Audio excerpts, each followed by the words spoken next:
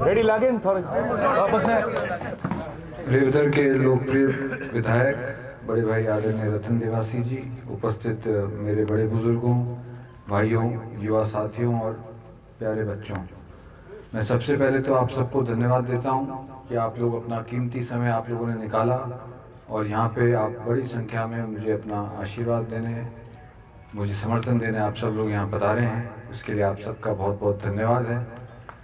20 साल से हम देख रहे हैं कि यहाँ पे जालोर सुरई पिछड़ गया।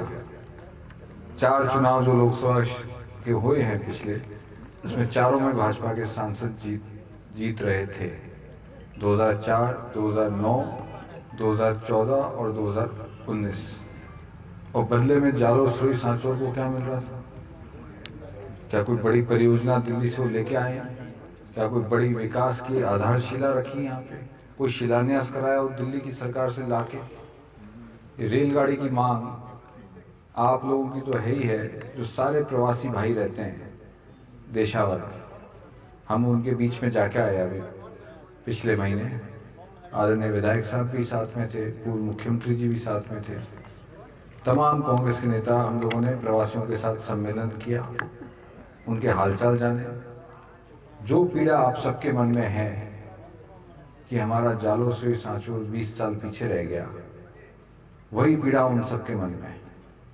रेलगाड़ी कब से मांग चली आ रही है कि इस पूरे क्षेत्र, तीनों जिलों में कम से कम रेलगाड़ी का विस्तार तो करें। 15 साल में एक भी नई रेलगाड़ी नहीं ला सके, 15 साल। और 5 साल सुशीला बंगारू जी का भी जोड़ लीजिए, थे तो भाजपा की। 20 साल में भाजपा के सांसद एक नई रेलगाड़ी नहीं चालू करा सके। अब आप सोचिए, कई ग्राम पंचायतों में तो जो मेरा जाना हुआ, उसमें यहाँ तक कहा गया कि अभी तक तो रामा शामा करने भी नहीं आए। चाहे आहोर है, चाहे रेवदर है, चाहे इधर भीनमाल गए, सांचौर गए, अभी तक तो भाजपा के सांसद रामा शामा करने भी नहीं जा पाए, ना उनके सुख दुख में कभी पूछने गए। और दिल्ली में भी सरकार इन्हीं की पार्टी की है। फिर बात करते हैं भाजपा वाले डबल इंजन की सरकार, डबल इंजन की सरकार। आप बताइए कि इनका डबल इंजन ये जालोर सुरई सांचौर में फेल हो गया। जब सरकार दिल्ली में इनकी, सांसद इन्हीं की पार्टी का यहाँ पे, तो कोई तो काम यहाँ पे लाते हैं। ये ग्रेनाइट का पत्थर कुदरत ने दिया, इसके लिए कोई बड़ी नीति बनवा लाते दिल्ली से कि ये ग्रेनाइट के पत्थर उद्योग और पनपता। कोई इसके लिए योजना बना के लाते दिल्ली से, ताकि ये उद्योग और ये माइनिंग और बढ़ती तो यहाँ रोजगार बढ़ते, दूसरे काम धंधे स्वयं ही साथ में और चालू हो जाते ग्रेनाइट उद्योग के साथ।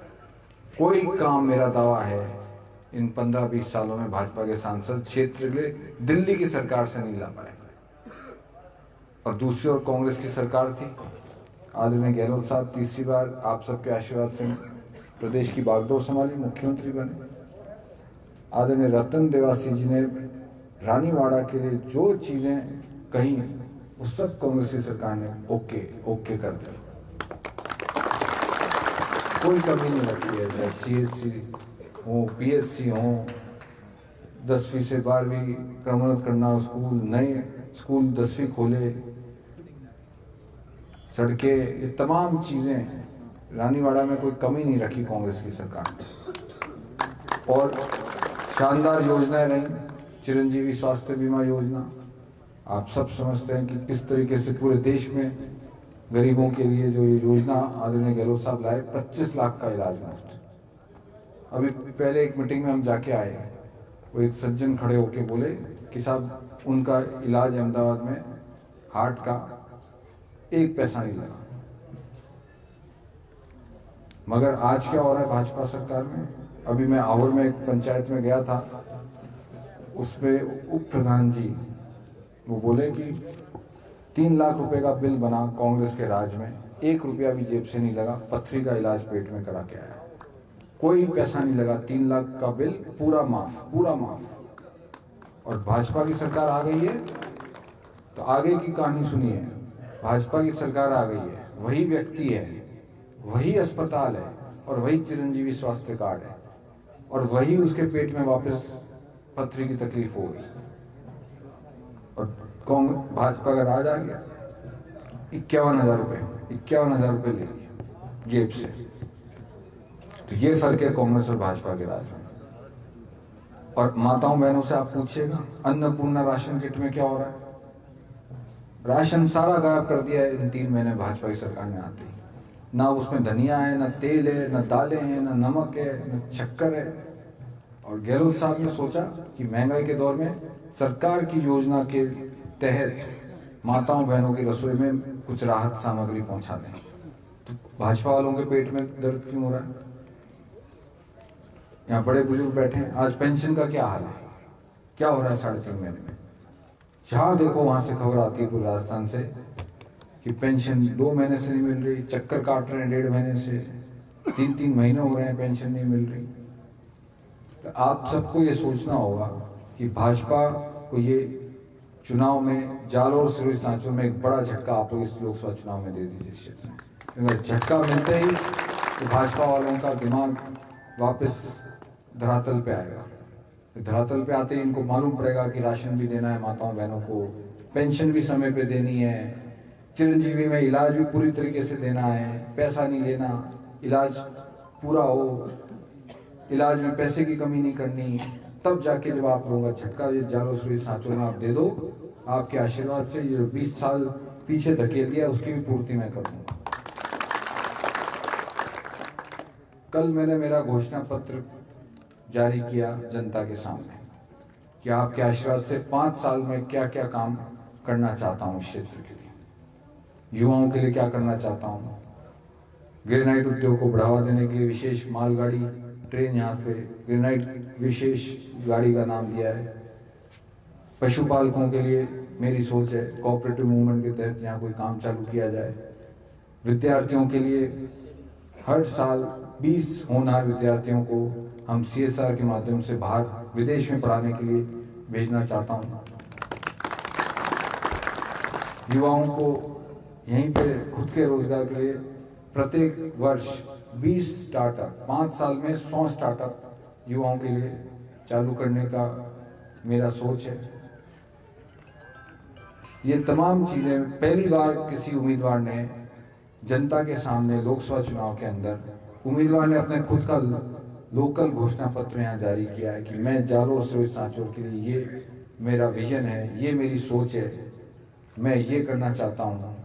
ये आप सब लोगों को समाचार पत्रों के माध्यम से, सोशल मीडिया माध्यम से मालूम पड़ेगा, और हम लोग भी पैम्पलेट बांट रहे हैं सब जगह। और कल आप लोगों ने देखा ही होगा, आदरणीय विधायक साहब भी मेरे साथ ही थे कल जब उन्होंने घोषणा पत्र जारी किया मेरा जालोर सिरोही सांचौर के लिए। हम देखते हैं कि जोधपुर किस तरीके से विकसित हो गया। गहलोत साहब ने 1980 में जो पहली बार सांसद बने, मैं पैदा हुआ उस साल, किस तरीके से विकास की गाथा उन्होंने वहाँ पे चालू करी। तमाम बड़े शहरों से देश के जोधपुर जुड़ गया। 5 बार वो सांसद रहे। हवाई सेवा चालू करा दी जब वो उड्डयन मंत्री बने इंदिरा गांधी जी के साथ, स्वर्गीय इंदिरा जी के साथ।